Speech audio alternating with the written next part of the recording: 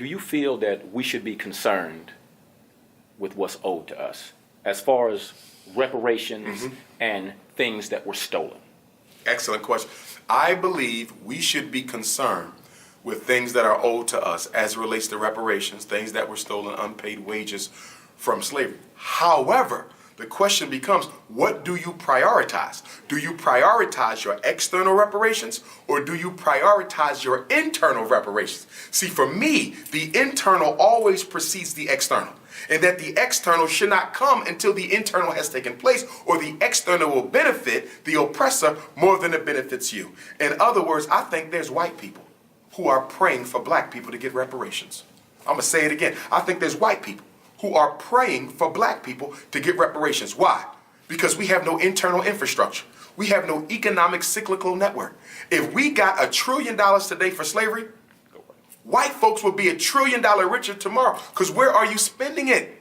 With white businesses, white restaurants, white hotels, the white airlines. You're buying homes from white realtors. So if you don't have an economic network to capture your money, it goes back to the people who gave it to you. So my message to the reparations movement, don't stop the fighting. But as hard as you fight for reparations, you should be fighting equally hard for internal reparations. Let's take the $1 trillion we have already and build the political economic infrastructure in the black community, so when we are paid back, when we receive our financial retribution that was due to our ancestors, we'll be able to capture it. If you can't capture the $1 trillion that you are generating already, that you're spending disproportionately on malt liquor, disproportionately on Korean manufactured hair, disproportionately on European automobiles, disproportionately on vacationing, if you can't even contain the $1 trillion spending power you got now, what the hell are you going to do with $100 trillion of that? You see, so my thing is, I think we're putting a cart before the horse. You understand? Put the horse first. And the horse is internal reparations, internal. And the reason I say internal comes first, external comes second, in addition to the reason I already gave, is it eats away at your motivation and resolve and your self-reliance to change your situation. If you say, I need reparations to fix black America, you're giving our progress, the control of our progress, over to our oppressor. You're saying we can't fix our problems until the white man pays us. So until the white man pays us, we don't fix our problems. So you're giving him control over black progress. Don't give him that victory. Because if the white man says black folks don't think they can do nothing until we give them reparations. Oh, wow, really? Well, don't give them none. I guess they'll never do nothing.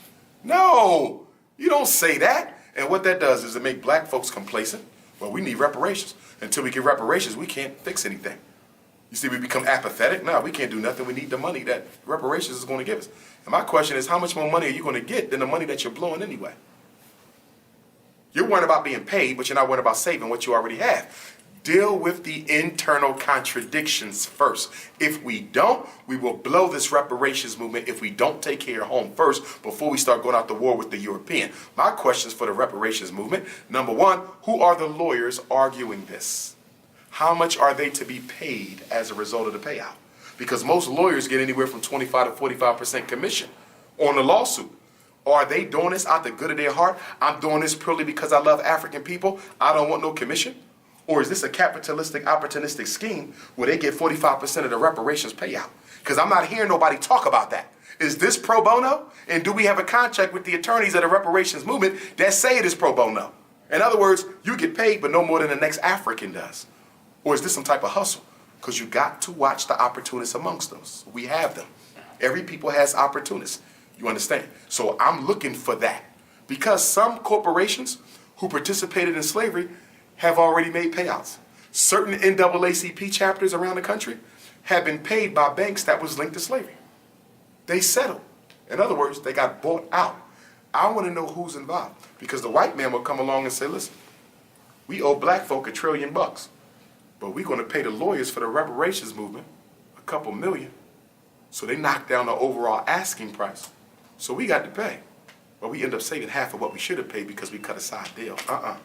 I need to know the terms, and to be honest with you, money, if it is to be on the list of demands, should be at the bottom of the list, because number one, America's money is worthless. You understand? And number two, we don't have the economic infrastructure to capture it. Number three, the only thing you can do with money is give it away in exchange for something, mostly junk if you're dealing with black folks. You see? And number four, because the benefit of slavery will never expire.